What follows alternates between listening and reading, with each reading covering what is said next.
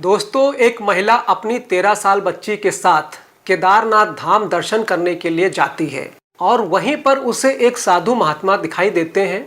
सभी लोग उनको कुछ ना कुछ चढ़ावा चढ़ा रहे थे। तो जो 13 साल की बच्ची जो अपनी माँ के साथ गई थी, वो अपनी माँ से कहती है कि मुझे भी इस साधु महात्मा को पैसे देने हैं। उसकी माँ जब पैसे देने के लिए उस महात्मा के पास जाती है तो उसके हाथ पर कुछ लिखा हुआ था, जिसे देखकर हैरान और परेशान हो जाती है। दरअसल वो महात्मा कोई और नहीं बल्कि उस महिला का 10 साल पहले मरा हुआ पति था। नमस्कार, आदाब, सत श्री अकाल। मैं हूँ दिलीप यादव। आइए इस पूरी कहानी को समझने की कोशिश करते हैं, जानने की कोशिश करते हैं इस वीडियो के माध्यम से। दोस्तों, शालिनी अपनी बच्ची के साथ पूरे 10 साल बाद वापस केदारनाथ धाम दर्शन करने के लिए गई थी। वो अपनी बच्ची के साथ केदारनाथ की चढ़ाई चढ़ रही थी। वो पहाड़ों के रास्ते उसे 10 साल पहले की याद दिला रहे थे। शालिनी 10 साल पहले इन्हीं रास्तों पर अपने पति के साथ आई थी। वो चढ़ाई करते करते उन्हीं पलों को वापस याद कर रही थी और मन ही मन अपने मरे हुए पति को याद कर रही थी कि किस तरीके से वो और उसका पति 10 साल पहले केदारनाथ की यात्रा कर रहे थे। आज से 10 साल पहले लगभग साल 2013 में शालिनी अपने पति के साथ केदारनाथ की यात्रा करने आई थी। उस समय भयंकर बारिश हो रही थी। दोनों पति पत्नी नहीं जानते थे कि ये यात्रा उनकी ज़िंदगी की सबसे दर्दनाक यात्रा होने वाली है। शालिनी अपने पति रमेश के साथ कठिन चढ़ाई चढ़ रही थी। रमेश शालिनी से कहता है कि वो खच्चर का सहारा ले ले, लेकिन जो शालिनी होती है वो ना कह देती है। वो चाहती थी कि वो यात्रा खुद के बलबूते करे।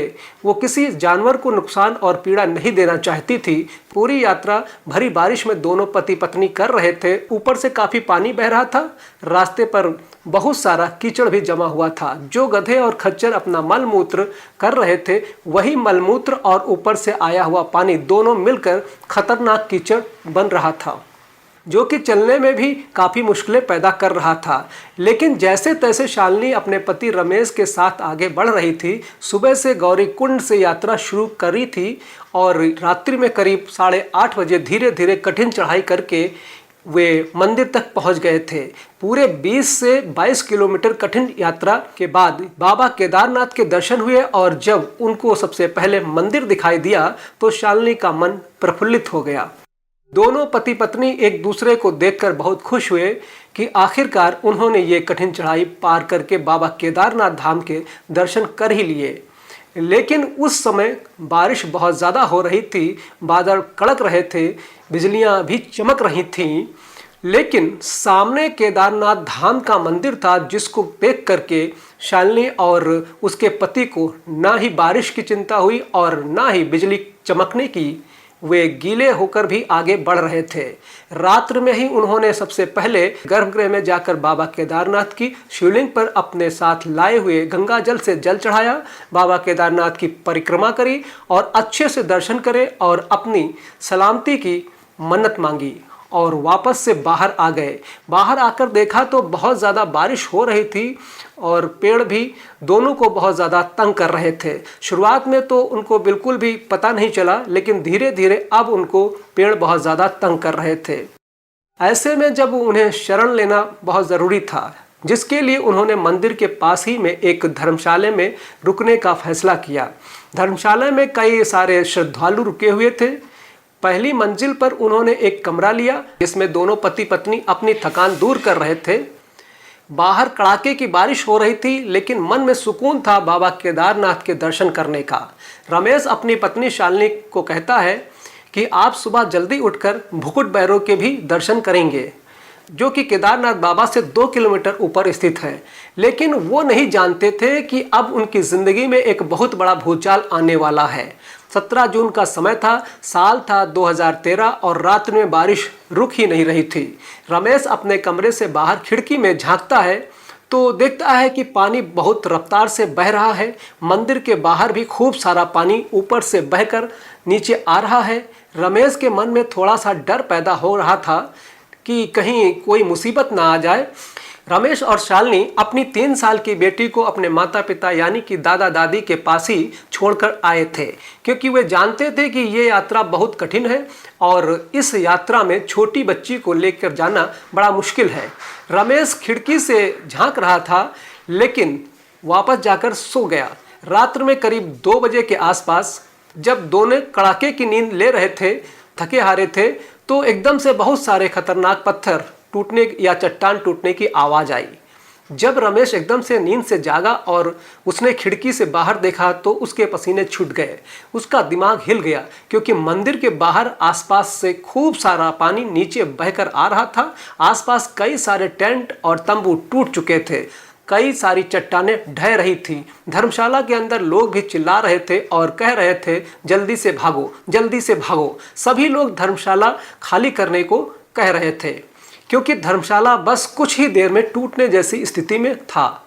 रमेश ने डरते डरते अपनी पत्नी को उठाया और कहा कि हमें अब निकलना होगा, किसी सुरक्षित स्थान पर जाना होगा। शालिनी, रमेश और बाकी के सभी श्रद्धालु जो धर्मशाला में रुके हुए थे, सभी एक दूसरे का हाथ पकड़कर मंदिर की ओर चढ़ाई कर रहे थे, मंदिर की ओर बढ़ रहे थे, क्योंकि मंदिर के बीचों बीच पानी नहीं था लेकिन आसपास पानी था और धर्मशाला मंदिर के नज़दीक ही था। लेकिन उन्हें जल्दी करना होगा, अगर जल्दी नहीं की तो धर्मशाला भी ढह जाएगा। सभी लोग एक दूसरे का हाथ पकड़कर मंदिर की ओर आगे बढ़ रहे थे। नीचे पानी बहुत तेज रफ्तार से बह रहा था। अगर पानी की चपेट में आ जाए तो वो हर व्यक्ति को बहाकर ले जाए। ऐसा मंजर रमेश और बाकी सभी श्रद्धालुओं ने कभी अपनी जिंदगी में नहीं देखा था। सभी लोग सोच रहे थे कि आज ये उनकी जिंदगी का आखिरी दिन होगा, लेकिन मन में हर हर महादेव के नारे लग रहे थे और बाबा महादेव और केदारनाथ का ध्यान लग रहा था। सभी लोग एक दूसरे का हाथ पकड़कर मंदिर की ओर आगे बढ़े, लेकिन इसी बीच शालिनी का हाथ रमेश के हाथ से छूट गया और शालिनी नीचे की ओर पानी में बहने लगी। अपनी पत्नी को बहता हुआ देख रमेश जो था वो बिलबिला उठा। रमेश दौड़ा दौड़ा पानी की ओर आगे बढ़ा और एक खंभे को पकड़कर अपनी पत्नी शालिनी का हाथ पकड़ा और उसे बहने से बचाया। उसने अपनी पत्नी को तो बहने से बचा लिया था, लेकिन वो खुद नहीं बच पाया और वो खुद उस पानी की चपेट में आ गया और बहते हुए पानी में खुद बह गया। दोस्तों, शालिनी अपने पति को बहता हो देख बहुत चिल्ला रही थी, तड़प रही थी, लेकिन वो चाहकर भी कुछ नहीं कर पा रही थी। उसके सामने उसका पति बहकर जा रहा था। रात्र में अंधेरा था, चारों तरफ उसे सही से दिखाई नहीं दिया। पास में ही चट्टानों के बीच एक नदी बह रही थी। सभी लोगों ने कहा कि वो नदी उफान पर है और तुम्हारा पति और सारे लोग उसी में बहकर चले गए हैं। सभी लोग शालिनी का हाथ पकड़कर उसे मंदिर की ओर ले गए, लेकिन शालिनी बिल्कुल होश में नहीं थी। उसे अपना पति वापस चाहिए था, लेकिन सभी लोग उससे कह रहे थे कि तुम्हारी जान बच गई, वही बहुत है। शालिनी मंदिर के अंदर ही अपने महादेव से मिन्नतें कर रही थी, लेकिन इतने में ही वहाँ पर पानी और बढ़ा और पानी के अंदर भी मलबा और धूल मिट्टी सभी घुस आया। दरअसल इसी बीच सभी लोग बेहोश भी हो गए और कुछ नींद में हो चले गए और जब सभी लोग वापस उठे तब तक पूरा केदारनाथ तबाह हो चुका था। शालिनी की जब आंख खुली तो उसके शरीर पर मिट्टी लिपटी हुई थी। वहाँ कई सारे लोग थे जो कि पूरे मिट्टी में दबे हुए थे। मंदिर के अंदर की हालत भी बहुत ख़राब थी, लेकिन मंदिर के अंदर वे सुरक्षित बच गए। जब उन्होंने बाहर देखा तो सब कुछ तबाह हो चुका था। चारों तरफ मलबा चट्टानों के टुकड़े इधर उधर बिखरे थे और हेलीकॉप्टर की आवाज़ थी। शालिनी के पति को बहुत ढूंढा गया, लेकिन रमेश का पता नहीं चला। दिन पर दिन बीतते गए, लेकिन शालिनी को अपना पति नहीं मिला। एनडीआरएफ और एसडीआरएफ की टीम यही कह रही थी कि तुम अपने पति को भूल जाओ, अब तुम्हें तुम्हारा पति नहीं मिल सकता है। लेकिन शालिनी को उम्मीद थी कि बाबा केदारनाथ उसके साथ अन्याय नहीं होने देंगे। लेकिन क्या करती, थक हार के करीब 3 दिन के बाद उसे वापस अपने पति के बिना घर लौटना पड़ा और उसे मृत मान लिया था। शालिनी अपने पति के गम में दिन प्रतिदिन बीमार रहा करती है, लेकिन धीरे धीरे वो अपनी बच्ची के लिए जी रही थी। उसकी बच्ची ही उसको संभाला। भले ही उसकी बच्ची छोटी थी, लेकिन उसकी बच्ची के लाड़ प्यार और दुलार ने ही उसको संभाला और वो अपने पति के गम से उभर पाई। और आज करीब 10 साल हो चुके थे। शालिनी की बेटी पूजा अपनी माँ से कहती है कि माँ, मुझे केदारनाथ जाना है, मुझे केदारनाथ ले चलो, सभी लोग केदारनाथ जा रहे हैं। लेकिन शालिनी आज भी अपने पति और उस हादसे को भूल नहीं पाई थी।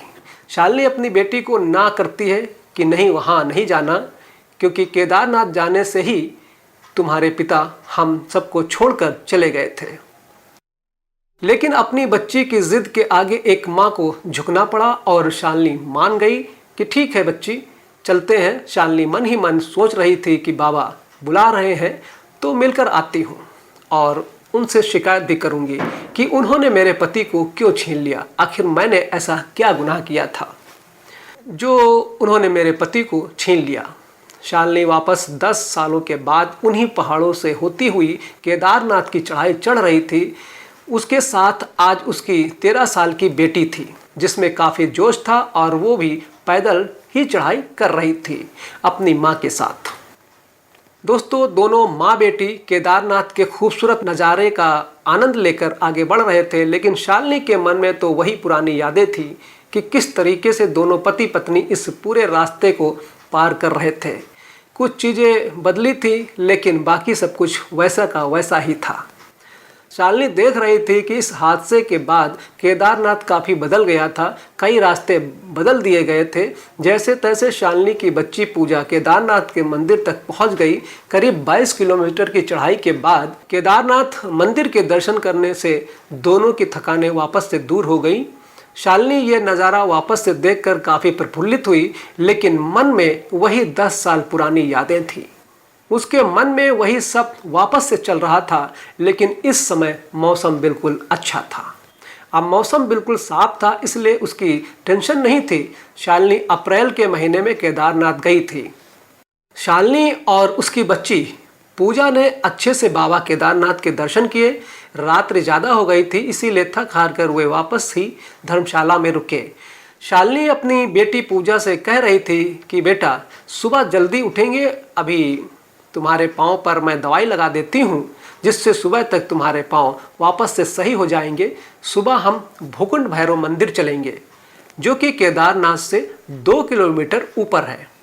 तुम्हारे पिता भी वहीं पर जाना चाहते थे, लेकिन दुर्भाग्यवश हम जा नहीं पाए थे, लेकिन इस बार हम जरूर जाएंगे। शालिनी और पूजा दोनों उठकर सुबह अच्छे से स्नान करके सबसे पहले केदारनाथ बाबा के वापस से दर्शन करते हैं एक बार और उसके बाद दर्शन करने के बाद दोनों माता और पुत्री भीमशिला के दर्शन करते हैं, क्योंकि उस शिला ने ही इस केदारनाथ मंदिर को बचाया था और शालिनी की जान भी उसी भीमशिला ने बचाई थी। और बाकी सभी जो श्रद्धालु उस समय वहाँ पर थे, उनकी भी जान भी उसी भीमशिला ने बचाई थी। शालिनी और पूजा ने भीमशिला को नतमस्तक होकर प्रणाम किया। भीमशिला जो कि केदारनाथ की एक चट्टान है, जो बाढ़ में ऊपर पहाड़ों से टूटकर नीचे आई थी, और वही बड़ी चट्टान जो कि भीमशिला के नाम से जानी जाती है, उसी ने पानी का मार्ग बदल दिया था और पूरे केदारनाथ मंदिर को बचाया था। इसके बाद दोनों माँ बेटी बाबा भूकुंड भैरव गए, जहाँ जाने के पश्चात उनको भैरवनाथ के दर्शन प्राप्त हुए। 2 किलोमीटर ऊपर जाने पर बाबा काल भैरव के दर्शन किए, लेकिन वहीं भैरवनाथ जी के मंदिर पर एक साधु तपस्या कर रहा था। कई सारे श्रद्धालु उस साधु को दान देकर जा रहे थे। शालिनी की बेटी पूजा ने भी कहा कि मम्मा, हम भी उन साधु को भिक्षा देंगे। चलिए, बेटी की बात मानकर पूजा शालिनी दोनों साधु महात्मा के पास गए। जब शालिनी ने अपने पर्स से एक नोट निकालकर उस साधु को दिया और उस साधु ने जब वो नोट लेने के लिए अपना हाथ आगे बढ़ाया, तो शालिनी के पैरों तले से ज़मीन खिसक गई, क्योंकि उस साधु के हाथ पर लिखा हुआ था शालिनी, ठीक वैसे ही जैसे शालिनी के मरे हुए पति के हाथ पर लिखा था।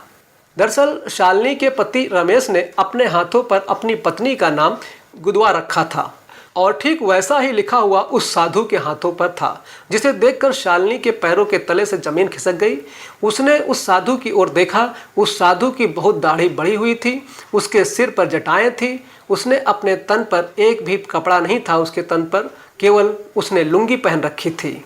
जब शालिनी ने गौर से उस साधु को देखा तो शालिनी अपने मरे हुए पति को पहचान चुकी थी।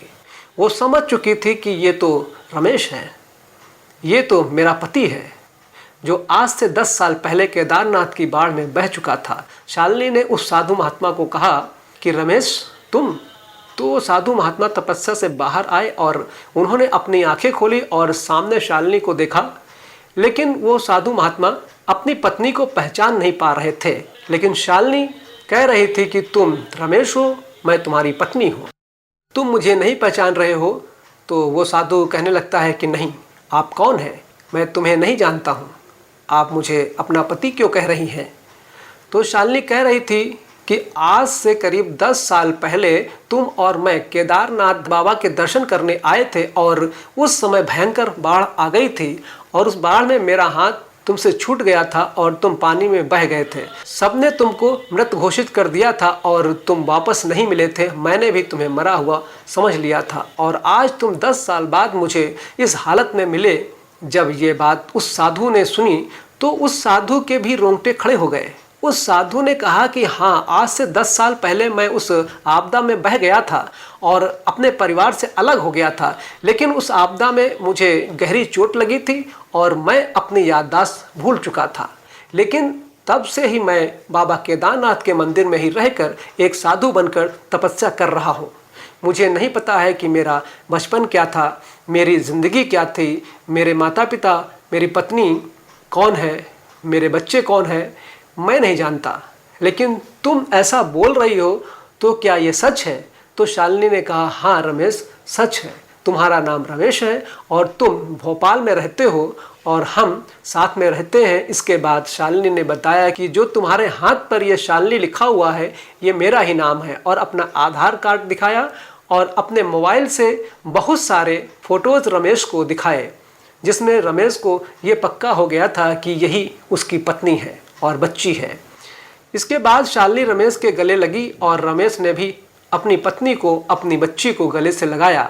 सभी लोग फूट फूट कर रोने लगे। ये नज़ारा जिसने देखा उनकी आंखों से आंसू बह रहे थे। पूरे 10 साल के बाद एक बच्ची को अपना बाप और एक पत्नी को अपना पति मिला था, वो भी एक साधु के रूप में।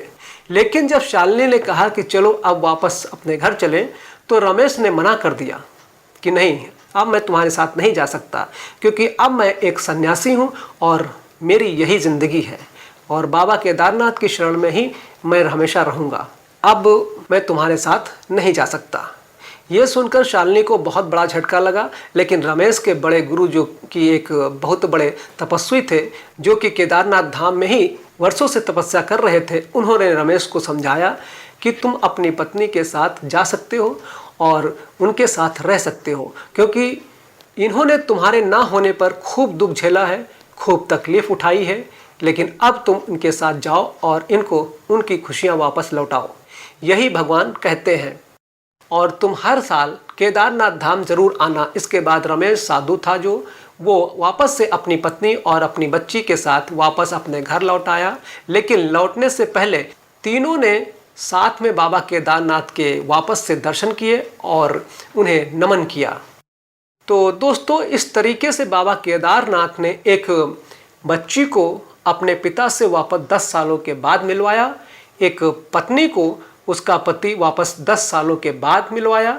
तो ये घटना आपको कैसी लगी, सभी लोग कमेंट करके ज़रूर बताइएगा। दोस्तों, ऐसी सच्ची घटना हमेशा जानने के लिए हमारे चैनल को सब्सक्राइब जरूर कर लें। और हाँ, वीडियो पसंद आई हो तो उसे लाइक कर दीजिए और कमेंट में हर हर महादेव जरूर लिखिएगा। क्या आप भी केदारनाथ धाम इस साल आएंगे या पहले आ चुके हैं, ये भी आप कमेंट करके हमें बता सकते हैं। आप सभी दर्शकों को बहुत बहुत धन्यवाद। हर हर महादेव।